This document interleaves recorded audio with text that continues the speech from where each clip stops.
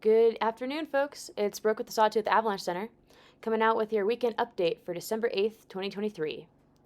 While this last storm brought some exciting new snow to areas and there's some skiing to be had, the snowpack is looking a bit complex. As a reminder, this isn't a replacement for your daily avalanche forecast. Be sure to check out Ethan and Ben's, published by 7 a.m. both days this weekend to get the most up-to-date information about the avalanche conditions.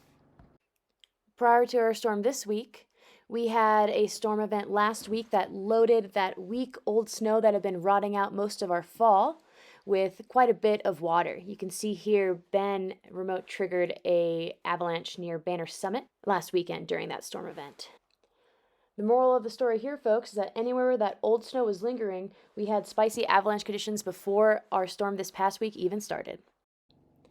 Looking back on the week so far, big news, we started issuing daily avalanche forecasts on Wednesday. And that's because we had some storm snow from last week sitting on top of weak faceted snow from much earlier in the season, and that whole combo was about to get buried. Generally, as the week has gone on, our danger has risen a bit or stayed pretty locked in at considerable, and that's because we had a new set of low pressure systems that rolled in to drop some more snow and wind on us. With that storm came about 0.9 to 1.2 inches of SWE, or snow water equivalent, to our Banner Summit zone. We had about 1.0 to 1.6 inches over on the Sawtooth Crest and on the crest of the Western Smokies. We had 0.4 to 0.7 over in our Eastern Mountains and Galena Summit, and about 0.4 to 0.6 down in the Wood River Valley and the Soldier Mountains. After this first pulse of moisture fell, we had a day of warm temps on Wednesday. We hit record highs over in Stanley. It was pretty warm all across all of the zones. While the brief break in weather allowed us to get eyes on some persistent slab avalanches that ran likely during this last cycle, a second pulse of moisture quickly made its way towards us. Ben and I headed up into the Sawtooth Mountains to see what was going on a solar slope. Hey everyone, it's Brooke with the Sawtooth Avalanche Center. I'm here in the Sawtooth Mountains with Ben, and we're on a southeast slope at about 7,600 feet. What you can see right about here is we have this new snow that just fell with our storm overnight and is still coming down from the sky. We have this interface right here that's bonding pretty well to the snow from our last storm. You can see it's a little denser here. Just barely at the ground. We have a little bit of this weak snow from earlier in our season, but most of that's gone on these slopes right now.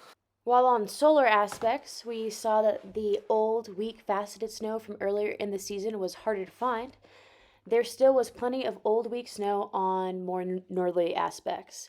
This distribution of the weak old snow will tell us more about where our persistent slab problem lives.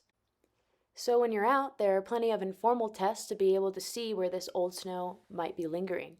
You can use the back of your ski pole to probe carefully down into the snowpack and feel for the presence of weaker grains or facets down below.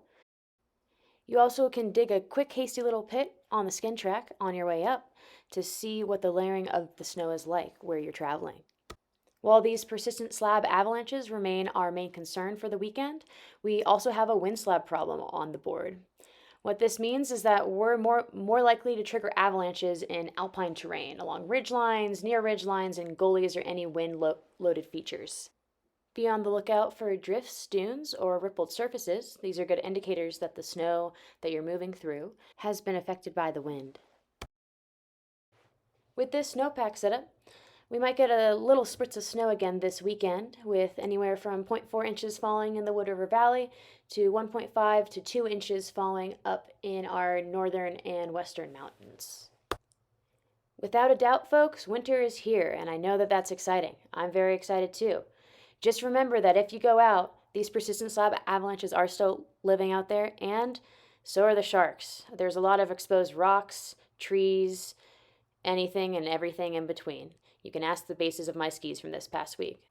So, even though I know you're excited, when you're headed out into the hills this weekend, be sure to stay aware of the fact that these persistent slab and wind slab avalanches still live out there. Be mindful of your aspect and make sure to peek down into the snow if there's any uncertainty of where that old, weak, faceted snow lives.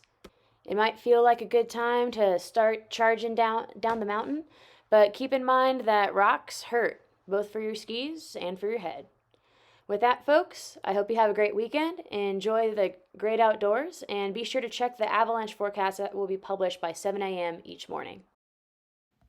I can gather all the news I need.